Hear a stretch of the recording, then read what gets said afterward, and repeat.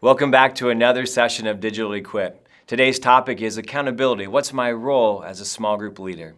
Let me set the stage by saying this. We desire for everyone at Eastview to mature as a Christ follower. We also believe that small groups are the primary place for this spiritual growth to occur. We say that healthy groups are the best groups, and we know that in order to be healthy, there must be growth. However, we don't always understand what that growth really means. In the book Transformational Groups by Ed Stetzer and Eric Geiger, they say spiritual growth begins with discomfort. Discomfort. When we as leaders have to wrestle with a difficult truth from Scripture, or when we notice something's off in another group member's life, or when the group is just not following the covenant right, we have a choice to make. Do we embrace that discomfort and engage in growing, or do we choose to toss that discomfort aside? Far too often as leaders, we choose not to address the situation in favor of the status quo. We choose to appease and keep people happy within our groups rather than plunge towards the truth of a situation. This choice stunts the growth of the group and the individual and puts a halt to true biblical community. It might be easiest to say this: we grow best as Christ followers in small groups when we experience biblical truth, correction, accountability, and encouragement. Hebrews 12:11 says, "For the moment, all discipline seems painful rather than pleasant, but later it yields the peaceful fruit of righteousness to those who have been trained by it." John 15:2 says, "Every branch that does bear fruit, he prunes, that it may bear much fruit." Whether it's the word discipline, pruning, or spiritual discomfort, accountability is a significant part of our spiritual growth. It requires us as leaders to pay constant attention to how our group is or is not growing. Often it means that we need to intercede. When we gather together in groups, there are a number of potential problems that can arise. Let me mention just 3 that might sound familiar to you. The first, disorganized direction. This is when the vision of the group is not clear. If the purpose of the group is not known by all, then holding members to that purpose is mute. The second is comfort over correction. Groups choose the status quo over deeper things. By nature, we resist correction and avoid living in tension. The third problem is personal priorities. This is when members do not make group a high priority. Our presence and participation signifies our level of priority. Although frustrating, these problem categories are ripe with opportunities for us as leaders to provide accountability.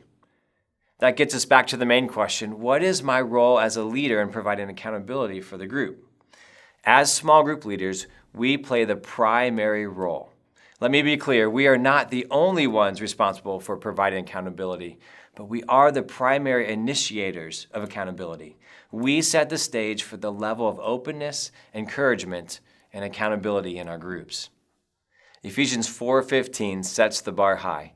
Rather, speaking the truth in love, we are to grow up in every way into Him who is the head. As leaders, we are charged with keeping accountability, that's the speaking the truth in love part of this passage, as a significant factor for growth in our groups. So what is my role as a leader in providing accountability? When there's a conflict, a sin issue, an inconsistency in a group member's life, or a breach of the small group covenant, there are practical ways you as a leader can provide accountability.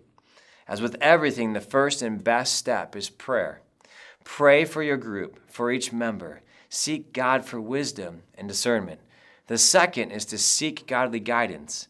Consult your guide or contact a small group pastor to seek more clarity and to have someone praying and supporting you. Third, determine the lowest common denominator. Ask yourself, is this an individual issue or a group issue? If it's an individual issue, then plan to meet individually. If it's a group issue, then carefully include only those necessary to be a part of the situation. Lean on the covenant you signed as a group, or if you don't have a covenant, use this as an opportunity to sign a new covenant. Fourth, meet face to face. Fifth, set reasonable and attainable expectations and provide a timeline. Often this means crafting a contract or an individual covenant. And finally, in every step along the way, encourage, support, and pray. Do your best effort to walk alongside this person. Remember, the goal of accountability is to produce growth and maturity. Every situation is unique and will take our best effort. The good news in all of this is that we believe in you and you can do this. We firmly believe in equipping and empowering you to be the primary initiator. That's part of what the priesthood of all believers is that 1 Peter 2 talks about. Simply put, because of Christ, you have what it takes, and we are going to help and equip you to initiate accountability within your group. Thank you for all that you do.